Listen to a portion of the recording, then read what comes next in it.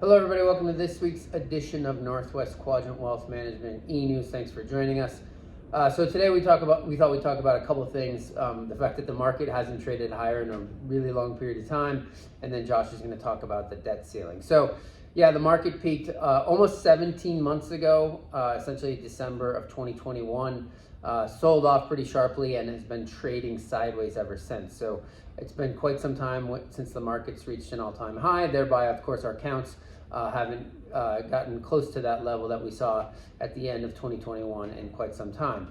But this is pretty common for periods like this. We saw the market get way ahead of itself in 2019, 20, and 21, where we saw huge returns for stocks that were probably way above where they should have been because of all the free money that was flooding the system. And now the Federal Reserve is sopping that money back up, and that's why we're seeing markets trade sideways. But this is normal. We saw this in 2000 through 02.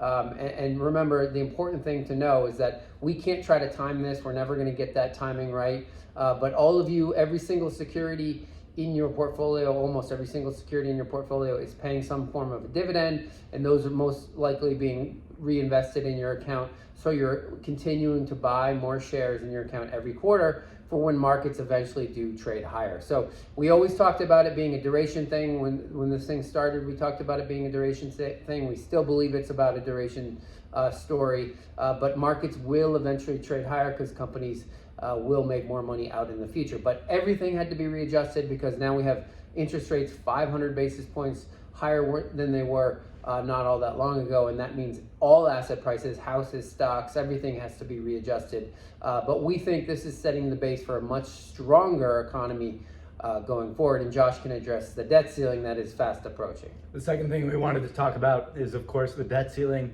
We know it's on everyone's minds, and politics especially can invoke a lot of emotion on both sides of the political spectrum. But there's really important history here, i.e. 2011, that we need to take note of, which is markets are ultimately probably going to be the catalyst for a debt ceiling deal.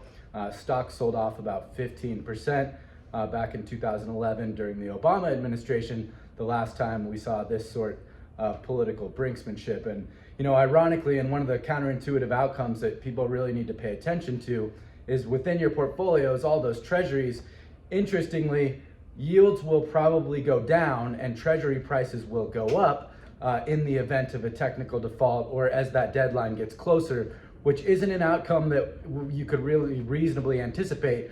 But of course, even if you knew the news, you couldn't trade it. But during a flight to safety, people are going to want to own treasuries, even though they potentially might not be getting their interest payments, or those may be deferred. Let's hope cooler heads have prevailed or will prevail. We've seen 90 such instances of this over the last 60 or 70 years here in the United States. But it's really important to remember that eventually the market will force a response from both sides of the political spectrum.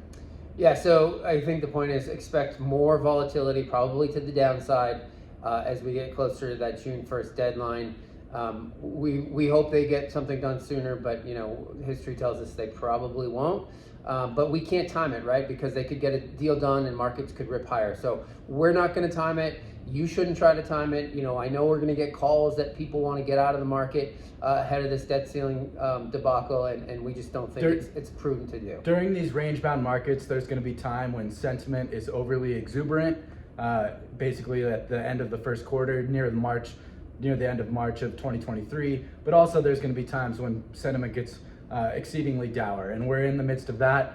And of course, maintaining an even keel is definitely the most important thing, and maintaining a consistent temperament and realizing that things aren't as bad as they seem or as good as they seem, and just staying invested.